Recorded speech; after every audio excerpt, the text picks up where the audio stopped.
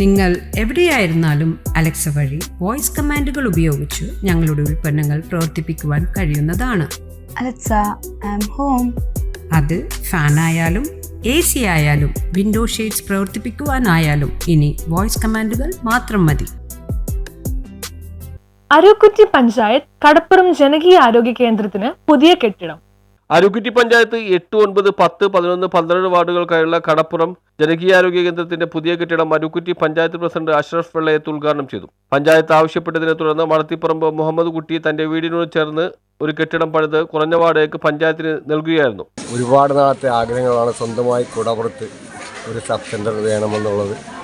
അതിന് സാക്ഷാത്കരിക്കപ്പെട്ടു. നമ്മൾ ഈ സബ് സെൻ്റർ പണിത് പഞ്ചായത്തിൽ വാടകയ്ക്കെന്ന ശ്രീ മടത്തിപ്പറമ്പിൽ മുഹമ്മദ് കുട്ടിയാണ്.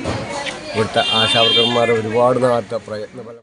അരുക്കുറ്റി ഗ്രാമപഞ്ചായത്തിൻ്റെ നേതൃത്വത്തിൽ ഒട്ടനവധി വികസന പ്രവർത്തനങ്ങൾ നടന്നു വരികയാണ്.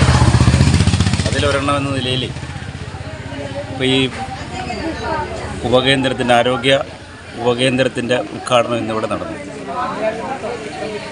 ഒരു ഗ്രാമപ്രദേശത്തിൻ്റെ ആരോഗ്യ മേഖലയിലെ പുരോഗതി എന്ന് പറയുന്നത് ആ ആരോഗ്യ കേന്ദ്രം പ്രദാനം ചെയ്യുന്ന സേവനങ്ങളുടെ അടിസ്ഥാനത്തിലാണ്. ആരോഗ്യ കേന്ദ്രങ്ങൾ പ്രധാനമായും രോഗ പ്രതിരോധത്തിനും. വൈസ് പ്രസിഡന്റ് സനീറ ഹസൻ അധ്യക്ഷത വഹിച്ചു. ആസൂത്രണ സമിതി ഉപാധ്യക്ഷൻ Sasidharan Nair, medical officer R Ruby, health inspector Dinil, വികസനകാര്യ സ്ഥിര സമിതി ചെയർമാൻ ഷെയ്ജുരാജ്, ക്ഷേമകാര്യ chairperson Ansila Rinshad, Animol Ashokan, T K Majeed, Prakashan Vellappanattu, Agi Jose, Chandrika sister തുടങ്ങിയവർ സംസാരിച്ചു. പ്രവർത്തനമാണ് ജനകീയ ആരോഗ്യ മേഖല നടത്തിക്കൊണ്ടിരിക്കുന്നത്.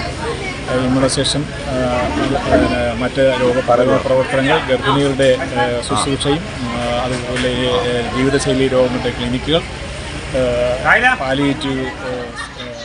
News bureau, Arookutty.